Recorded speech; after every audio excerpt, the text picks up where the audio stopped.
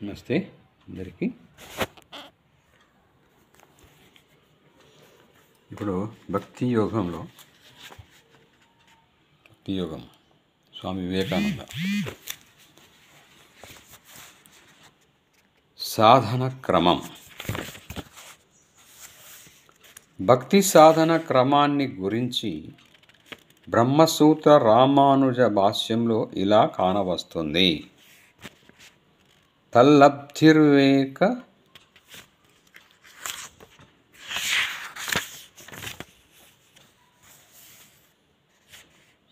విమోకాభ్యాస క్రియా కళ్యాణానవసా దానుద్ధర్తేషభ్యః సంభవాన్నిర్వచనాచ్చ. అది వివేకం. ఇంద్రియ నిగ్రహం, అభ్యాసం, యజ్ఞరూపక కర్మాచరణం, నిష్కాపట్యం, బలం, అమిత సంతోషం పొందటం అనే వాటి మూలంగా లభిస్తుంది. అంతేగాక జాత్యాశ్రయ నిమిత్త దుష్టాధన్నాత్ కాయశుద్ధిర్వివేకః. స్వయంగా జాతి చేత, ఆశ్రయం చేత, నిమిత్తం చేత ఏర్పడే అపరిశుద్ధాహారాన్ని శుద్ధాహారం నుంచి వేరుగా గ్రహించడమే వివేకం అని శ్రీరామానుజాచార్యుల అభిప్రాయం. శ్రీరామానుజుల ప్రకారం స్వయంగా వెల్లుల్లి మొదలైన పదార్థాలలోని జాతి దోషం చేత, అవినీతి పరుల నుంచి పొందబడటం చేత, ధూళి, వెంట్రుకలు మొదలైన వాటిచే కలిగే భౌతిక మాలిన్యం చేత 3 విధాలుగా ఆహారం అపరిశుద్ధం అవుతుంది. ఆహార శుద్ధౌ సత్వశుద్ధౌ ధ్రువా స్మృతి.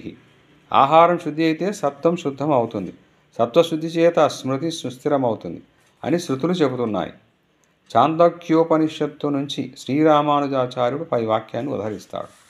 ఆహార విషయాన్ని భక్తులు ఎప్పుడూ ప్రధాన విషయంగా పరిగణించారు.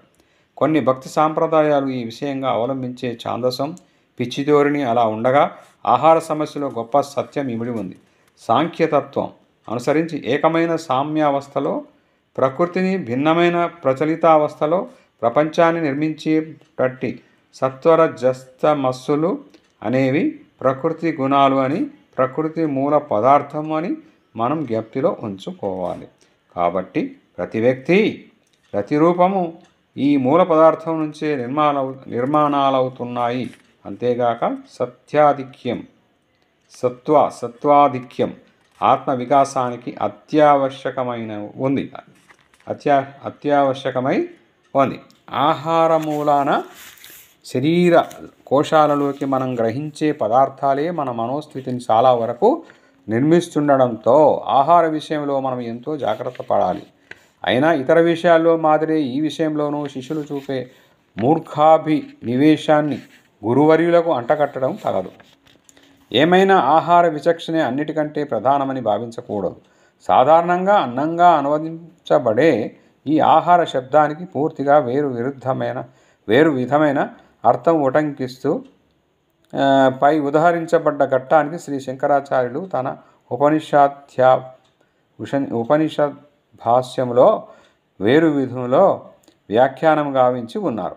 శ్రీ శంకరుడు ప్రకారం ఏది లోకానికి గ్రహింపబడుతుందో అదే ఆహారం. శబ్దాది విషయ విజ్ఞానం భోక్త అయిన ఆత్మ యొక్క భోగం కోసమై గ్రహింపబడుతుంది.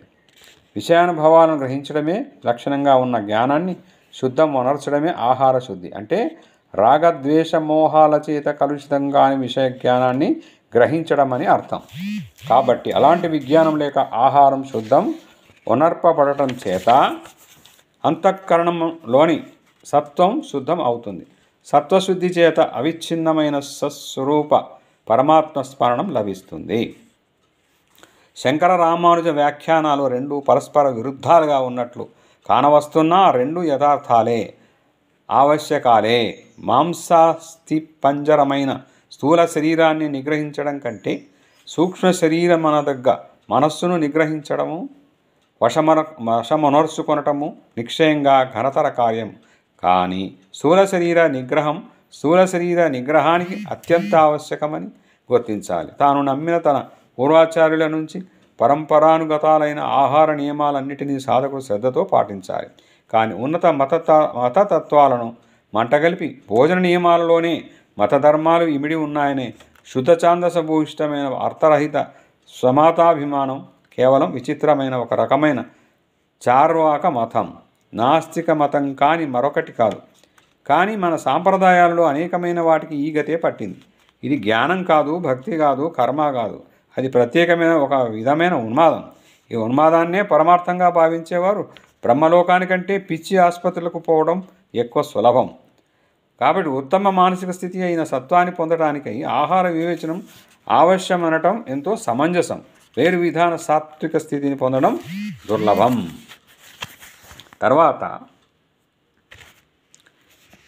మనం ప్రయత్నపూర్వకంగా అలవరుచుకోవలసింది ఇంద్రియ నిగ్రహం.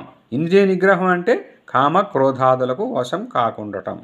ఇంద్రియాలను విషయాల వైపు పోనివ్వక నిగ్రహించి స్వవశం చేసుకోవడమే పారమార్థిక సాధనలోని ప్రధానాశయం.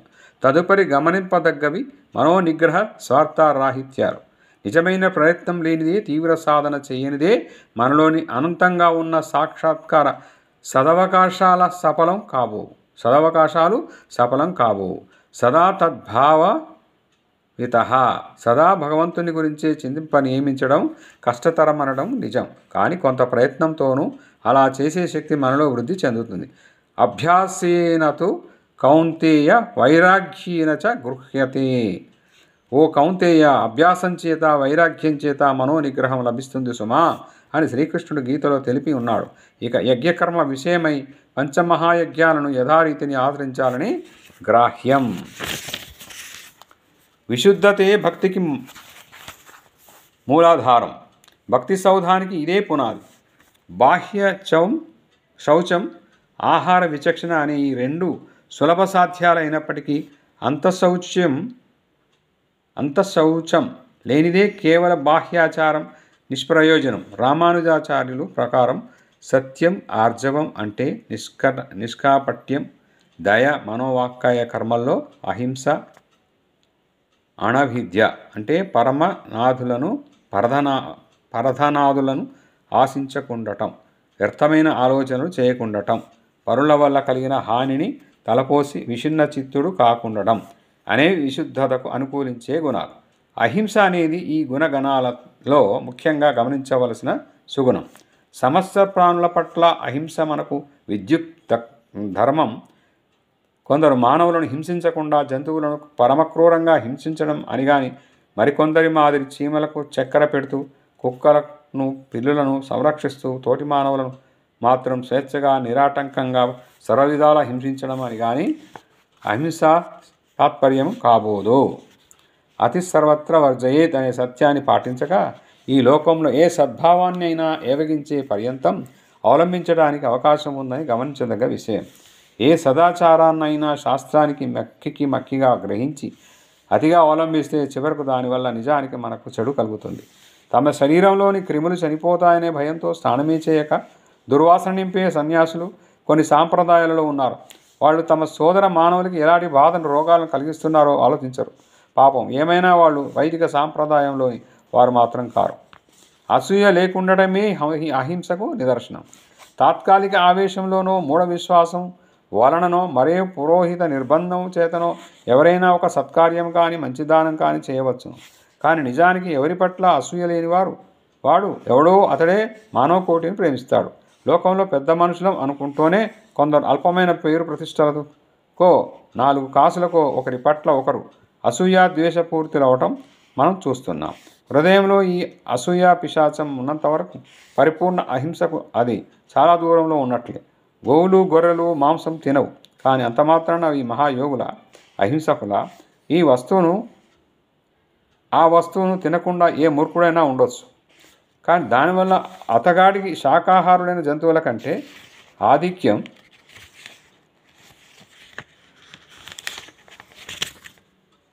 కించిత్తు లేదు.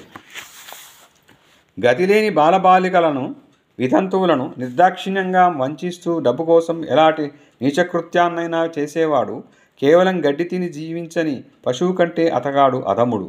ఎవడి హృదయంలో ఏ జీవ జంతువుకు హాని చేయాలనే తలుపు కలగదో, ఎవడు తన పరమ శత్రువుకైనా కలిగిన శ్రేయాన్ని చూసి ఆనందిస్తాడో, ప్రతిరోజు అతడు పంది మాంసం ఆరగించి జీవించని అతడే నిజానికి భక్తుడు, అతడే యోగి, అతడే జగద్గురువు. అంతఃకరణ శుద్ధి వర్ధిల్ల తోడ్పడమే బాహ్యాచారాల విలువ అని సదా మనం జ్ఞప్తిలో ఉంచుకోవాలి. బాహ్య శౌచం అంతగా పాటించడం మనకు సాధ్యం కాకపోతే అంతఃశౌచాన్ని మాత్రమే లక్షించడం శ్రేయస్కరం. మతధర్మములోని అంతరాధ్యాత్మిక పారమార్థిక సారాంశాలను మరచి ఏ మానవుడు, ఏ దేశస్థుడు బాహ్యాచారాలను మాత్రం భల్లూకపు పట్టుపట్టి విడవకుంటాడో ఆ మానవుడికి, ఆ దేశ ప్రజకు చేటే కలుగుతుంది. అంతర్గతమైన చైతన్యాన్ని వ్యక్తీకరించే వరకే రూపాలకు విలువ. ఎప్పుడు ఈ చైతన్యాన్ని ప్రకటించడం మానుతావో అప్పుడు అలాంటి రూపాలను నిర్దాక్షిణ్యంగా నెట్టివేయి. భక్తి సముపార్జనకు తదుపరి సాధనం అనవసాదం. నాయమాత్మ బలహీనేన లభ్య. ఈ ఆత్మ బలహీనులకు లభ్యం కాదు అని శృతి వక్కానిస్తుంది. బలహీనత అంటే శారీరక మానసిక బలహీనులని ఇక్కడ తాత్పర్యం. యువా సాధు యువా ధ్యాయక ఆశిష్టో దృఢిష్టో బలిష్ట. యువకులు సత్వగుణోపేతులు, కార్యదక్షులు, దృఢగాత్రులు, బలవంతులు ఇలాంటి వారే ఆత్మ విద్యను అవలంబించదగినవారు. ముదిమిచే బలం ముదిగిన దుర్బలులు. అల్పులు ఏమి చేయగలరు? అత్యద్భుతము అగోచరము అయిన శరీర శక్తులు ఏ యోగానుష్ఠానం చేయగాని రవంత మేల్కోగానే వారు ముక్కలై పోతారు. కార్యాధ్యక్షులు, తరుణ వయస్కులు, ఆరోగ్యవంతులు, బలోపేతులు అయిన వారినే విజయలక్ష్మి వరిస్తుంది. కాబట్టి శరీర బలం అత్యంత ఆవశ్యకం. సుదృఢ శరీరం మాత్రమే ఇంద్రియ నిగ్రహంతో కలిగే తాకుడును భరిస్తుంది. భక్తుడు కాగోరే వ్యక్తి బలోపేతుడుగా, ఆరోగ్యవంతుడుగా ఉండాలి. కేవలం దుర్బలులు ఏ యోగాన్ని అవలంబింప ప్రయత్నించినా ఇక నయం కాని ఏ వ్యాధో, ఏ మనోదౌర్బల్యమో సంభవిస్తుంది. ప్రయత్నపూర్వకంగా శరీరాన్ని బలహీనం చేసుకోవడం ఆత్మ వికాసానికి మార్గం కాదు. మానసిక దుర్బలులు ఆత్మలాభం పొందలేరు. భక్తుడు కాగోరే వ్యక్తి ఉత్సాహపూరితుడై ఉండాలి. పారమార్థిక చింతాశక్తిని గురించి పాశ్చాత్యులకు ఉన్న అభిప్రాయం, అతడెన్నడూ నవ్వకూడదు, ముఖం సదా చాగిలిన వారి దౌడలు చప్పబడి ఉండాలి. బేష్ కృషించిన శరీరంతో, దేవిరింపు ముఖంతో కూలబడేవాడు వైద్యుడి చికిత్సకు అర్హులు కానీ యోగానికి అర్హులు కారు. ఉత్సాహపూరితమైన మనస్సే నిలకడకు పుట్టినిల్లు. బలసంపన్నమైన మానసమే కంటక భూయిష్ట మార్గంలో దారి చేసుకొని ముందుకు వెళ్ళగలదు. మాయాజాలాన్ని భేదించుకుంటూ దారి చేసుకునే ఈ అత్యంత కష్టకార్యం నిరుపమాన సంకల్ప బలాన్వితులకు మాత్రమే నియమితమై ఉంది. అయినా మితిమీరిన సంతోషంతో పొంగిపోరాదు. మితిమీరిన సంతోషం మనలను అసమర్థులను చేస్తుంది, మనశ్శక్తులను దుర్వినియోగపరుస్తుంది. సంకల్పశక్తి ఎంత అధికంగా ఉంటే కామక్రోధాదులకు వశుల మవడం అంత తక్కువగా ఉంటుంది. విచారకరమైన తీవ్ర చింతన ఎంత నిరాధారణీయమో అది సంతోషం అంత నిరాధారణీయం. అంతేకాక సమతచే దీపించే ప్రశాంత స్థితిలో మనస్సు నిలకడ కలిగి ఉన్నప్పుడే సమస్త తత్వానుభూతి సుసాధ్యమవుతుంది. ఇలా భగవంతుణ్ణి ప్రేమించే విధానాన్ని నేర్పవచ్చును. Thank you viewers, thank you subscribers, thank you one and all. Thank you. పరాభక్తి గురించి నెక్స్ట్ దాంట్లో చూద్దామండి.